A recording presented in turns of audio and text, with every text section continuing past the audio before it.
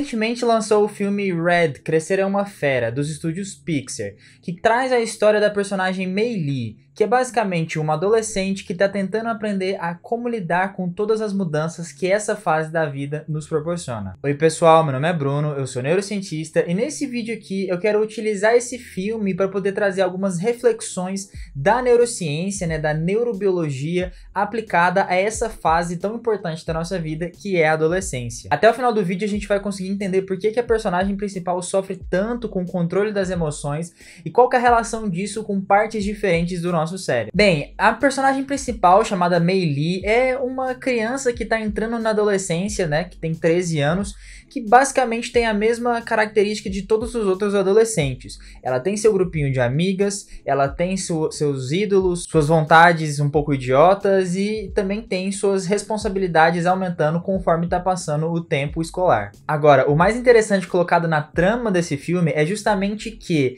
a partir de um momento, a gente é apresentado ao problema que ela acaba se transformando num grande panda vermelho quando ela enfrenta emoções muito grandes, emoções muito exageradas. Ou seja, quando ela não se controla, ela acaba se transformando nesse panda vermelho. Claro que existe todo um simbolismo proposital do filme sobre esse panda vermelho e a menstruação, no caso a menarca, que é a primeira menstruação das meninas. E isso eu acho bastante interessante, mas o aspecto mais interessante da vista da neurociência, o aspecto mais interessante para mim é explicar o que está acontecendo no cérebro dela durante essa fase de transição entre a infância e a adolescência e como que o cérebro dela justifica as ações que ela toma durante o filme. Bem, até aqui eu só falei o que tá no trailer, mas daqui pra frente a gente vai ter alguns spoilers, então caso você não tenha assistido, dá um pause nesse vídeo, vai assistir e depois volta aqui para você poder entender melhor a trama do filme e também para poder entender melhor qual é o contexto desse vídeo aqui. O filme desenvolve de forma bastante cativante a Mei Lee e as relações que ela tem com seus amigos, mostrando que ela é bastante aplicada na escola, ela é muito boa em redação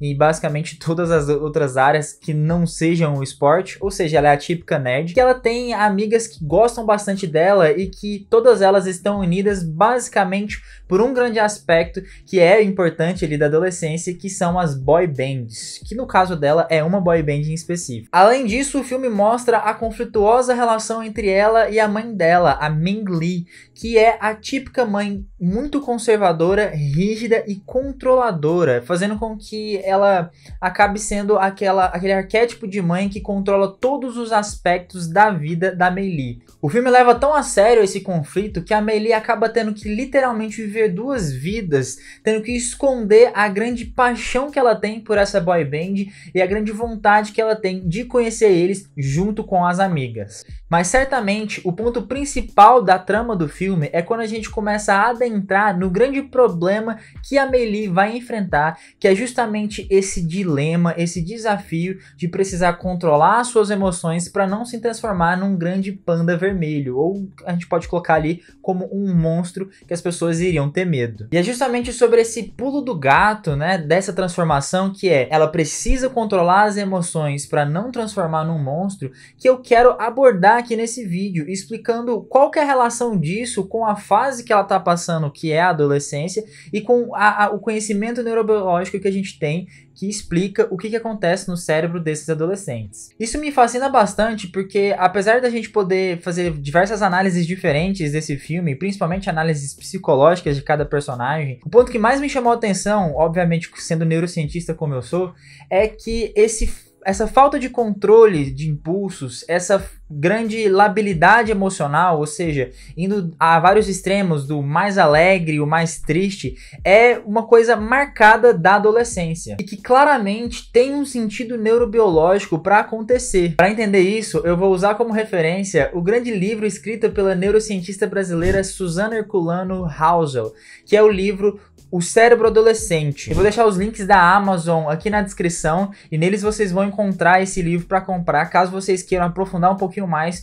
sobre a neurobiologia dessa grande fase da nossa vida que é a adolescência. Bem, todo mundo sabe que adolescentes são bastante impulsivos e que não aguentam esperar nem um minuto para ter aquilo que eles querem. Além disso, eles têm bastante dificuldade de controle emocional e acham que literalmente o mundo está acabando toda semana. Além disso, eles não conseguem fazer planos a longo longo prazo e ficar neles. Eles precisam ir pra aula, mas se alguém chamar eles para poder ir assistir um filme, eles facilmente esquecem da responsabilidade de ir pra aula e preferem ir assistir o filme. Ou seja, eles buscam mais a recompensa imediata do que a recompensa tardia. E isso faz todo o sentido neurobiológico e eu vou explicar para vocês por quê. Basicamente, tudo que acontece como algo declaradamente específico da adolescência está relacionado com alterações do córtex pré-frontal, uma área essencial para o controle executivo que eu já trouxe em diversos vídeos aqui do canal que vão estar aparecendo na descrição e nos cards aqui acima. Diferentemente do que se acreditava antigamente, hoje a gente sabe que na verdade todas essas características de impulsividade não surgem durante a adolescência. Na verdade,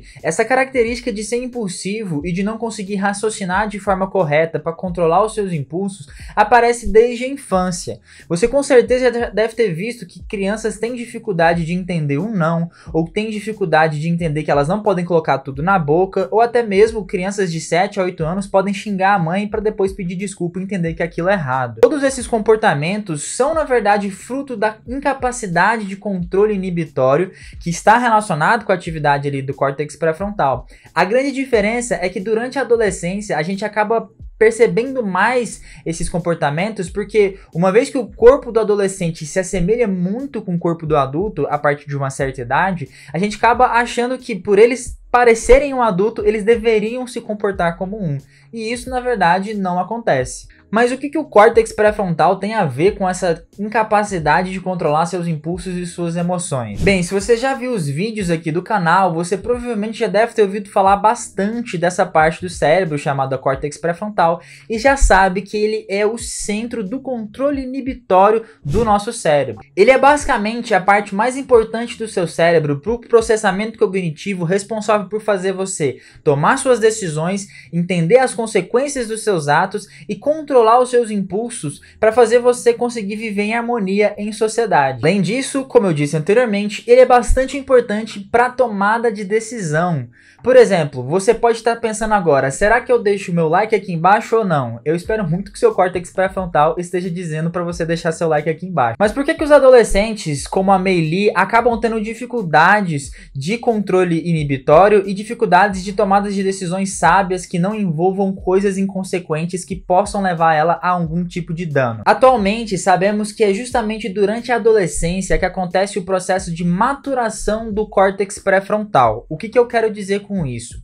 É justamente durante a fase da adolescência até a fase adulta que ocorre o refinamento e o remodelamento das conexões sinápticas do córtex pré-frontal. Isso na prática significa que ele está basicamente tirando tudo aquilo que é inútil e fortalecendo a capacidade de conexão dele com todas as outras áreas do nosso cérebro, fazendo com que o controle inibitório que ele exerce esteja se tornando cada vez mais forte com o passar da idade. Além disso, essa maturação também está relacionada com um processo de mielinização dos neurônios do córtex pré-frontal. Essencialmente, esse aumento de processo de mielinização é bastante importante para fazer com que a capacidade funcional do córtex pré-frontal aumente durante a fase da adolescência, chegando no seu pico no começo da fase adulta, entre os seus 22 a 25 anos. Esse amadurecimento do córtex pré-frontal leva a uma melhoria de diversas funções executivas diferentes.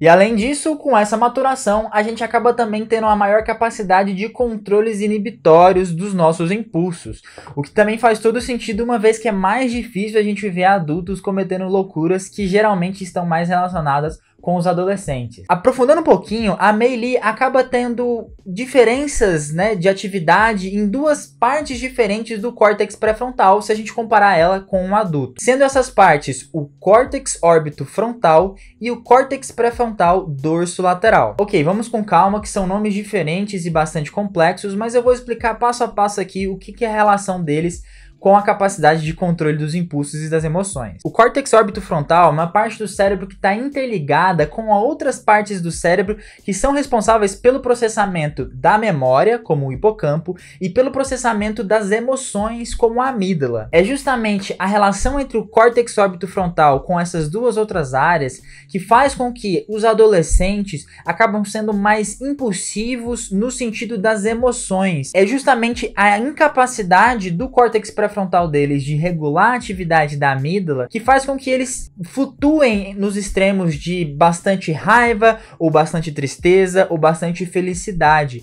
Essa grande energia, esses grandes impulsos estão relacionados com o aumento de atividade da amígdala e com a incapacidade do córtex pré-frontal de diminuir essa atividade. Já o córtex pré-frontal dorsolateral é bastante importante para a regulação de atividades relacionadas com a flexibilidade cognitiva. Essencialmente, é a parte responsável pelo monitoramento de erros.